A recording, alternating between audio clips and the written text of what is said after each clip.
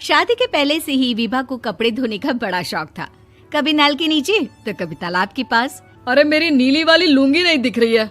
विभा की अम्मा, कहाँ रखी है लुंगी? अरे वो तो विभा ने परसों ही धोकर रखी थी आपकी अलमारी में, देखो वहीं होगी। वो ना मैंने आज धो दी, मुझे लगा कि गंदी हो गई होगी। अरे कैसे गंदी हो गई थी? उसे तो मैंने पहना भी नहीं। हे भगवान, इस लड़की के कपड़े धोने की आदत से परेशान हो गया हूँ मैं। जितना तो घर में राशन नहीं आता, उससे कहीं ज्यादा डिटर्जेंट पाउडर का खर्चा है। इसकी शादी करवा दो, शादी जाए अपने घर में ही करे काम, फिर चाहे घर के कपड़े धोने हो या पूरे गांव के। हाँ ठीक बोल रही हूँ, देखता हूँ मैं कोई लड़का। वो दिन भी आ जाता है जब विभा को देखने लड़के वाले आ जाते हैं। लड़की मुझे अच्छी लगी। होने वाली सास कहती है, बेटी अगर कुछ पूछना है तो पूछ लो। वैसे तो हमारी लड़की बहुत ही शर्मीली है, जो बोल दो वो मान लेती है, इसे क्या पूछना होगा। अरे कैसी बात कर रही हो माँ, मुझे इन लोगों के घर रहना है, सवाल तो कई है। हाँ हाँ बेटा, पूछ लो ना, क्या पूछना है। आप लोगों के घर कपड़े कौन धोता है? सास का मुंह बन जाता है। देखो, अगर तुम ये कहना चाहती हो कि तुम्हें कपड़े धोने नहीं आते तो सुन लो, कपड़े मैं ही धोती हूँ, लेकिन तुम्हारे आ जाने के बाद मैं रुमाल तक नहीं धोऊंगी। अरे चुप रहना भाग्यवान, बहू बेचारी घर आई नहीं, उसे डराना शुरू कर दिया। वो क्या है ना बिटिया, अभी तक तो ये कल्लू की माँ ही धोती थी, लेकिन अब तुम्हारे पापा तो दहेज में वॉशिंग मशीन देंगे ही। तभी विभा की माँ बोल पड़ती है, सवाल भी पूछा तो क्या। वैसे भाई साहब, मशीन की तो फिर भी कपड़े धोने की कैपेसिटी होती है, मतलब जो बिटिया दे रहे हैं ना विभा, इसे कपड़े धोने का बहुत शौक है। ये आप लोगों के क्या, आस पड़ोस गांव मोहल्ले सबके कपड़े धो दे और उफ तक ना करे। बाहर देखा नहीं आपने कितने कपड़े सूख रहे हैं, सब हमारी बिटिया ने ही तो धोए हैं। बस भी करो ना माँ, शर्म आ रही इतनी तारीफ सुनकर।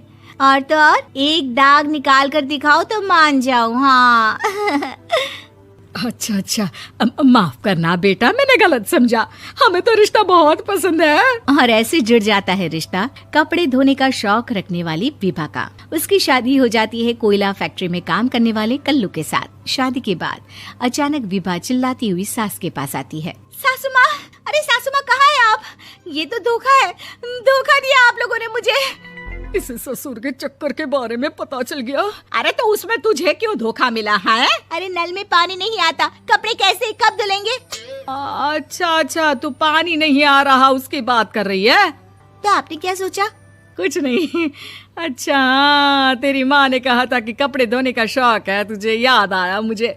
शौक शौक बोलकर कपड़े धोने वाले मेरे जुनून को कम ना आके सासू माँ, कपड़ा धोना मेरा गुरूर है।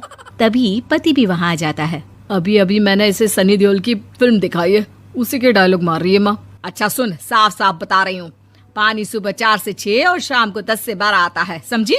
विभा टाइमिंग सुनकर हैरान हो जाती है। ये क्या भूतों का मोहल्ला है? सुबह 4 बजे उठकर कौन कपड़े धोता है? 4 बजे टंकी में पानी जाता है, फिर सारा दिन धोना ना, किसने मना किया? अरे कैसी बात कर रही हैं? 200 लीटर की टंकी में कितने कपड़े धो लूंगी मैं, सुबह ही उठ जाऊंगी मैं। अब क्या था, विभा सुबह 4 से लेकर रात के 12 बजे तक कपड़े ही धोती रहती। एक रोज सास पड़ोस से निकलकर कहीं जा रही होती है कि साथ वाली कहती है, हाँ कल्लू की माँ, जरा ये बताओ कि 2 साड़ी है, 2 ब्लाउज और एक पेटीकोट और एक नाड़े वाला लंबा कच्छा। हाँ तो? अरे तो क्या, कितना लोगी धुलाई ये बताओ। धोबन दिख रहे हैं हम क्या? हमारे पति सरकारी नौकरी से अभी अभी रिटायर हुए हैं और बेटा सुपरवाइजर है कोयला फैक्ट्री में। धोबन समझ रखा है हमें। हाय रे कल्लू की अम्मा, माफ कर दो, वो तो मोहल्ले में यही सब बता रहे थे कि तुमने बहू को कपड़ा धुलवाने के काम में लगा दिया है। सास को पड़ोसन की बात सुनकर गुस्सा आ जाता है। वो घर पहुंचती है जहां घर के बाहर ही इतने सारे कपड़े सूख रहे होते हैं जितने कि किसी धोबन के घर पर। अरे ओ कल्लू की दुल्हन, बाहर निकल। माँ जी यहीं आ जाओ, बाथरूम में चादर धो रहे हैं हम। अरे अभी हम धोते हैं, तुमको बाहर निकलो। ये आस पड़ोस वाले बोल रहे हैं कि हम बहू से कपड़े धुलवा कर उसे कपड़ा धोने वाली बना दिए हैं। अरे छोड़ो ना माँ जी, किन लोगों की बातों में आती हो? आस पास के लोगों का तो काम ही होता है कि वो किसी तरह सास बहू को लड़ा दे। बहू सारे घर के कपड़े धोती है, ये क्या कम है? बोलिए। सास को भी लग जाता है कि वो बहू का ये सनकीपन नहीं छुड़वा सकती, इससे अच्छा है कि खुद ही चुप हो जाए।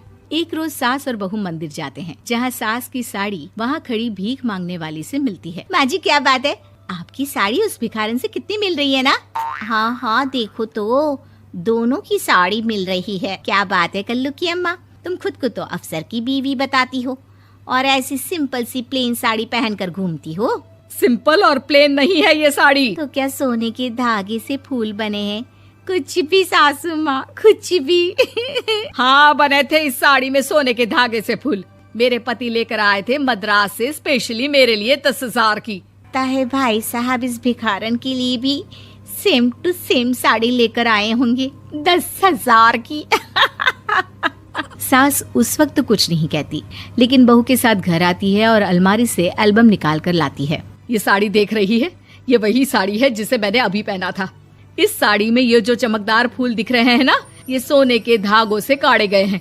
लेकिन तू लोकल वॉशिंग मशीन ब्रश से घिस घिस कर सारे फूलों को निकाल कर साड़ी प्लेन कर दी। मुझे माफ कर दीजिए सासू माँ। और तो और, जब मैंने तुझे तेरी गलती के लिए कुछ नहीं कहा, लेकिन तूने तो सबके सामने मेरा मजाक ही बना दिया। क्यों? बहू को समझ में आ जाता है कि अब से उसका कपड़े धोना बंद।